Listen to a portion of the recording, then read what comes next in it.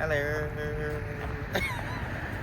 Alright, so what's up, y'all? So this is the first video on the channel, interviewing businesses. The first video here is Devil Dogs Martial Arts. That's the first place we're gonna interview, but you know, we're gonna see what they got. I almost failed. Alright, let's go. Alright, so now it's just time to sit down, have a face-to-face talk, see what the man really got going on here. Let's do it. Alright, so first, what's your name? My name is Greg Koval. I'm the head instructor here at Devil Dog Martial Arts.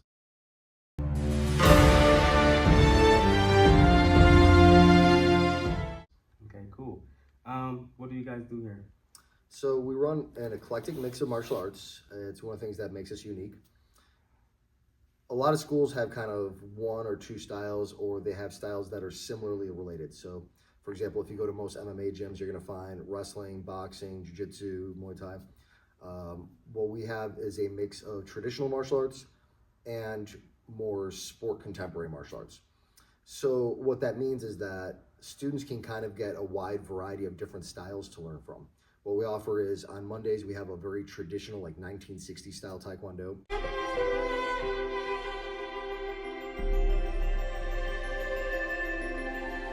As opposed to the more modern foot fencing. Tuesdays, we have Kun Tao Salat, which is a very direct, hard-hitting style that originates in like Malaysia and Indonesia and stuff like that. We also have kickboxing on Tuesdays. Wednesdays, we have MMA, followed by Aikido, and it's a branch of Aikido that does competitive Aikido, competitive fighting, where most versions of Aikido do not offer that. Thursdays, we have boxing and Brazilian Jiu-Jitsu, mostly geared towards beginners, or so that people can keep themselves standing in a self-defense situation. But we do offer both sport and self-defense side of it, both gi and no gi. And then on Saturdays, we have Jiu-Jitsu, MMA, followed by medieval combatives, which is all like medieval sword fighting. Okay, cool. What made you want to start this, like from the beginning? So I started in martial arts back in about 1990 because I was a kid with a mouth and I was getting beat up by groups of kids, and I brought a knife to school because I said, you guys might beat me up, but somebody's getting cut. So that was kind of a wake-up call for everybody. And at that time I said, well, I can either develop social skills or I can learn to fight. Because I went through a period where I had a chip on my shoulder, and I wanted to prove to everybody that I was the guy, you didn't want to mess with Greg kind of thing. And eventually I got to a point where I started realizing there's no point to this, because I'm so used to training with killers, and the average person, it's like not even a contest. It's like wrestling with my kids. Like, what's the point? If I'm going to have fun with my kids, that's one thing, but why am I getting into fights at school? All right. So it got to a point where there was no value in it, and I started realizing that I'm more interested in training with the people who were legitimate fighters rather than trying to prove to the world I had a chip on my shoulder. And at that point, I kind of started to wake up and realize this is not making me happy. And over time, I started taking a lot of the anger that I had in myself. I had what I thought of it as like a righteous fury for a long time, but really I was an asshole. And eventually I started to realize that I didn't need that in my life. So the life becomes this rinse, wash, repeat of I work, I make dinner, I get the kids ready for bed, and then I do it over again. And then on the weekends, I just run errands, and there's nothing to them. And so having a passion to pursue is really critical, and being around a community of people who are going to help motivate you to succeed. Everybody has a group of people that they might know that probably at least 10, maybe more than 10% are not really rooting for you. They'll act nice on the surface, but in the back of their mind, they're like, But here, everybody is rooting for you to succeed more than anywhere else, because your victories are their victories. When I train with you, when you get promoted or you have success and you win, I know that that's also me contributing to that. So everybody's rooting for each other. And I know this is kind of going to be a long answer to your question, but really, really this is about how do we create happiness in people's lives by giving them something to pursue and being around like-minded people. Okay. So the outfit you're wearing, what is it called, and how often do y'all wear it? So the name for it can differ from martial art to martial art. When I came up in Taekwondo, they would have called it a dobak, a Dian dobak. most people generally call it a gi. Some people call it a kimono, but the most common term is the Japanese name for it, which is gi. We generally train in it for certain classes. We train in it all year round. So Taekwondo, they always wear the uniform. In some classes, they never wear it. So for example, boxing and kickboxing, we don't wear it at all. Right. But for my MMA class and my jiu-jitsu class, we wear it for half the year. And part of the reason we do that is because it gets cold in here in the wintertime and it gets hot in here in the summer. So in the summertime, we don't wear the gi. But also because it allows us to work different techniques. You know, in MMA, generally you don't wear a gi at all. It's not generally done. We do it for part of the year because we also want to be able to work on implementing chokes into our MMA, because it's not just MMA for sport, it's also MMA for self-defense. Mm-hmm. So in the middle of a clinch, I want to be able to throw in a choke, or I might want to switch to a judo technique, and judo techniques are a little bit stronger when you have a uniform. Otherwise, in MMA, where you mostly see it is if you get to like an under-over clinch, or if I put somebody up against a wall, but those things become harder. So it gives me kind of new techniques to work on. Mm-hmm. Some people think the gi is not applicable towards self-defense. I feel differently because we live in Cleveland and people wear coats 90% of the year. You know, in Brazil, maybe that's true where you wear Speedos 24/7, or you know, like you're always at the beach, so you don't need it. But here in Cleveland, you know, even if it's summertime, you know, people in suit jackets. So it's always nice to work on those techniques because it is applicable to self-defense, to be able to get a hold of somebody and either throw them or put them into some sort of a submission where you do what you are morally and legally compelled to do. Right. Okay. So now the belts, because I know some people be like, what is it for? You know, some people think it's for like ranks or like, you know, the level you on, or some people just think that, why didn't I? Some people think it's for ego. You know, so there's different thought processes on why we wear belts. You know, they have different convictions towards it. My general philosophy towards the belt is that ultimately it's just kind of a reflection of your knowledge level. It doesn't necessarily indicate ability. That's what title belts are for, right? The most important reason for belt testings, though, is it motivates people. Right. When somebody receives a belt, like, look, I'm 44, and when I do jiu-jitsu, if I get a stripe on my belt, I'm so excited about it. Because it's a recognition from your instructor or from your peers that you're doing something and that you're showing improvement. So when I walk in, I don't tell people I'm going to promote them. I'll usually like walk in and I just surprise them with it. Okay. All right, so he's going to show us a couple things, and then we get into the real part with the class. Okay, so whenever I start people out, I like to start them off with things that are a little bit more basic. Most people feel comfortable with their hands because that's how we are as mammals, right? So I start them off with some basics of how to throw a jab and keep myself protected so that I don't get hit back. It's the principle of built-in defenses, that the time I'm most likely to get hit is when I'm throwing. So work on just pumping a jab. Then you add in a jab cross. And as you throw, you focus on protecting yourself. And then you start adding in some other punches like hooks and uppercuts. And then the next thing I like to throw in for striking is some basic leg kicks, because this is an easier movement to throw in here. So that I can start throwing, and then I start tying it together, where maybe I throw a jab cross leg kick. And you start adding simple motions together like that. As you progress on, you start adding in other kicks. Might throw a front kick or a side kick, which is a nice technique that doesn't get used as often anymore.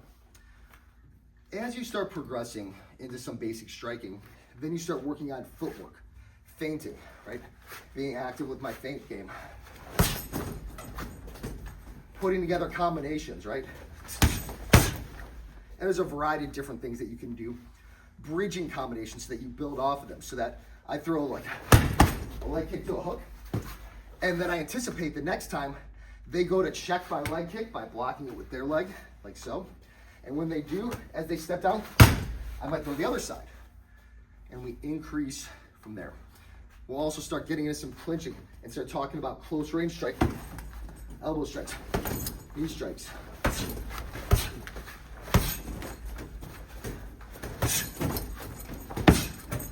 And start playing with range. Then you start getting into different types of takedowns that occur off of that, so that you start blending. So I come in here, Maybe I get to an over-under clinch and I throw some knee strikes. And as they reach across the block, I throw a trip. Working on attacks from the ground, working on getting back to my feet safely. One of the things I show for beginners a lot is when you get knocked down, from here, I need to know how to get back up safely. If I do this, I'm gonna jump on my back or they're gonna give me a boot party. So instead, I need to know how to safely do a technical stand-up. Very basic beginner jiu-jitsu move. Start turning disadvantage into advantage. Okay. Is it still there? Is it still recording? Is it still? No, this time. Don't stop it. All right, y'all. So he about to show us some fancy kick moves. Yeah. All right. And then See if I can still do this we can stuff. get into the class. Okay.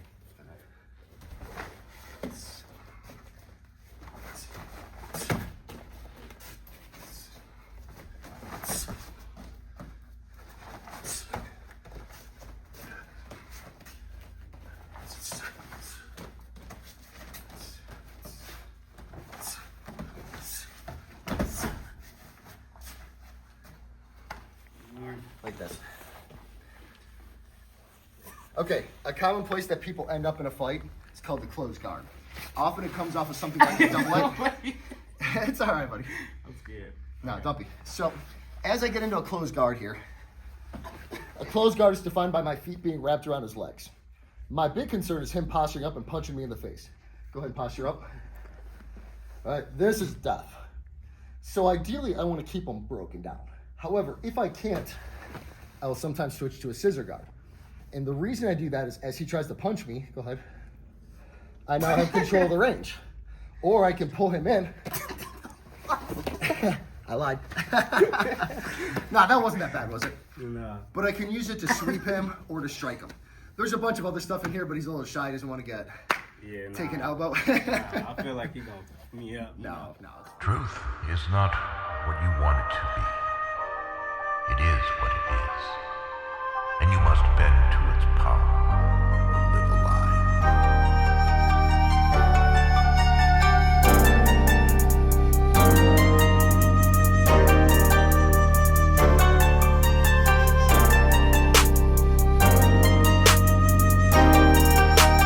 Konnichiwa.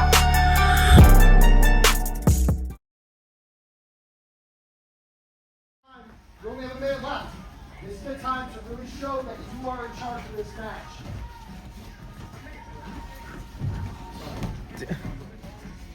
Good. Go get it. Go back after him. Don't let him breathe. Don't let him breathe. Yeah, we did. Nice. Good. Keep it safe with intensity. Good. It's easy. Back up. There you go, back. Push him into action. Push him to stand up. Put his head up against the wall. You got his hips and kick him off. You got the hips and kick him off. There you go. Now get back up. Beautiful job, both of you guys. Mike, don't be afraid to time up when he does that. Shoot it.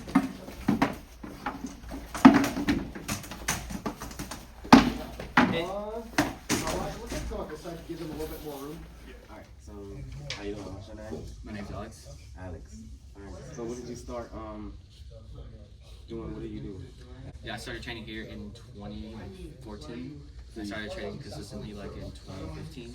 Okay. Yeah, so I've been here almost 10 years. So what do you train?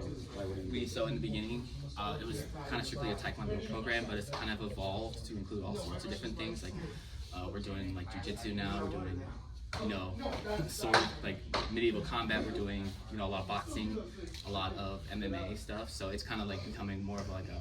It used to be Taekwondo, but it kind of became like a more well-rounded, everything program. Okay, so what do you focus on more as in you? Like, So for me personally, I kick my Taekwondo background. I focus on striking. I'm kind of getting more into boxing lately and getting comfortable with it. But yeah, I am a kicking-based striker. okay. I got hands on, so. Okay, that's cool. Becomes very important. So this is our これを step out. シーシャ One, two. My right foot steps out sideways, just move the box out. And now my foot rolls in. That's good shot. When I throw a attack, it's almost like a pitcher. It's here. So if I have a sword in my hand, I go. Also,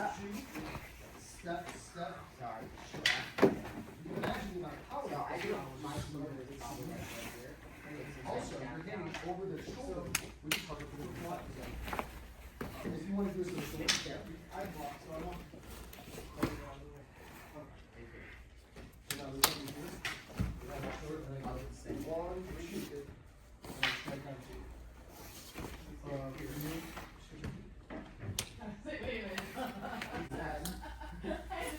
So. No, for now, that's okay. Hello.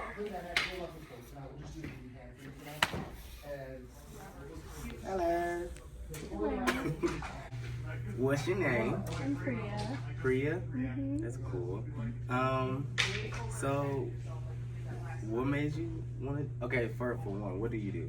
But like, Okay. as in this too. Well, I'm a high school student at Orange. I think, well, my job is I work in my mom's doctor's office and her intern and secretary, so I get to have some patient experience and everything. Doctor. You want to become a doctor? That's cool. And what do you do now? Like you do like the martial arts or what is it? What is it called? Well, I used to live in New York and I grew up doing Taekwondo, which is a Korean martial art.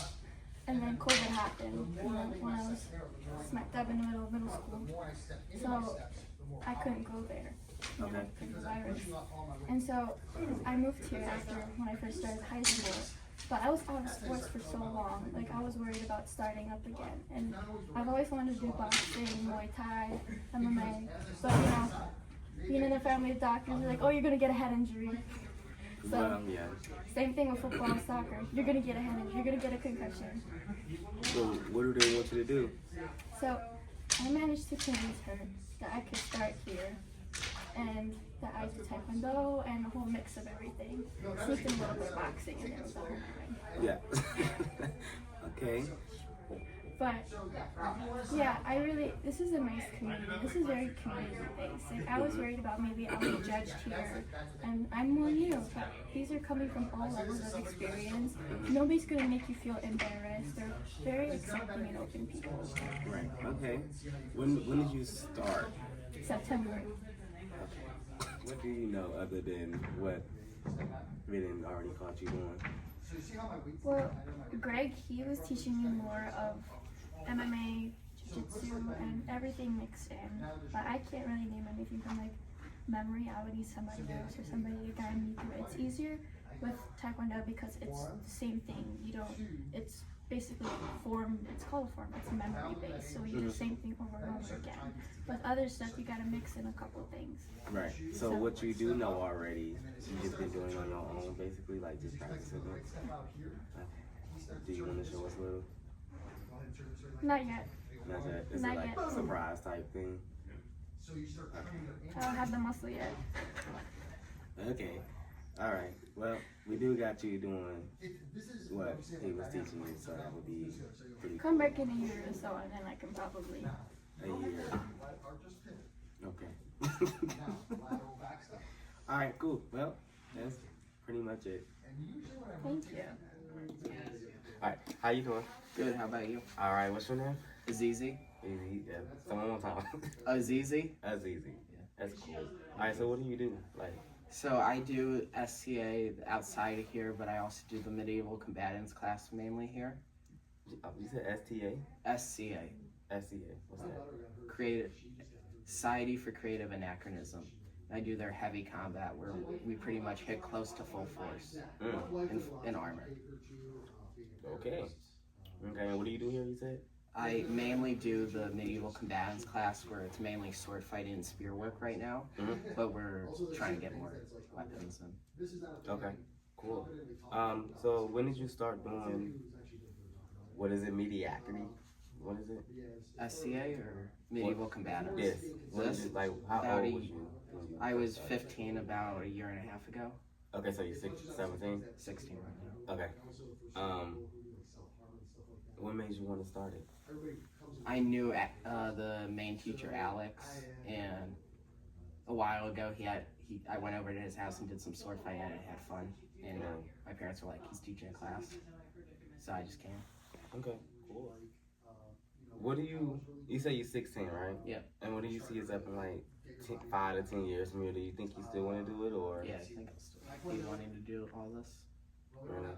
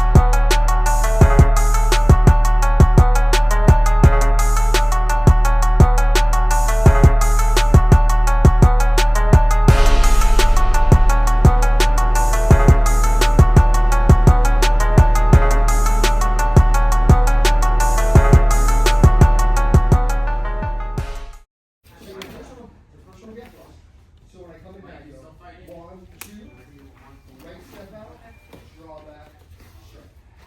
Like, whereas you're doing the out hand.